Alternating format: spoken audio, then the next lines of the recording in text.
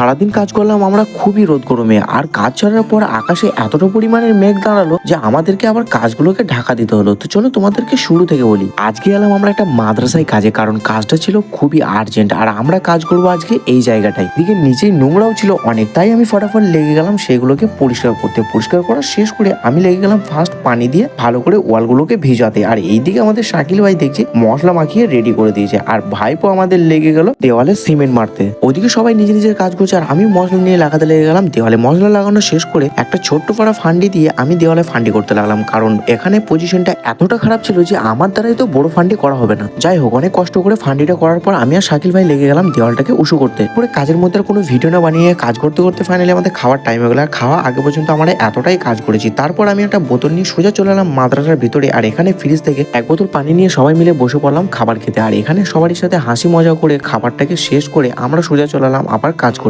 ভাইপো লেগে গেল এক এক করে বস্তাগুলো নিচে বিছাতে, আর এইদিকে শাকিল ভাই চলে এলো মশলা নিয়ে, আর আমি লেগে গেলাম দেওয়ালটাকে ফটাফট ছাপতে। এদিকে ছাপা শেষ করে আমি লেগে গেলাম দেওয়ালটাকে ফিনিশিং করতে। যাই হোক, অনেকক্ষণ কাজকর্ম করার পর আমাদের রুম যাওয়ার টাইম হয়ে গেল, আর কাজ করেছি আমরা এতটা পর্যন্ত। আর এইদিকে দেখছি শাকিল ভাই লেগে গেছে হেতের পত্রগুলোকে ধুতে। তারপরে আমরা রুম যাওয়ার জন্য জামা প্যান্ট চেঞ্জ করে রেডি হয়ে গেলাম, আর আকাশের দিকে তাকিয়ে দেখি সেই লেভেলের মেঘ করেছে, তাই আমরা কোনো চিন্তা ভাবনা না করে প্লাস্টারটাকে ঢাকা দিতে লাগলাম।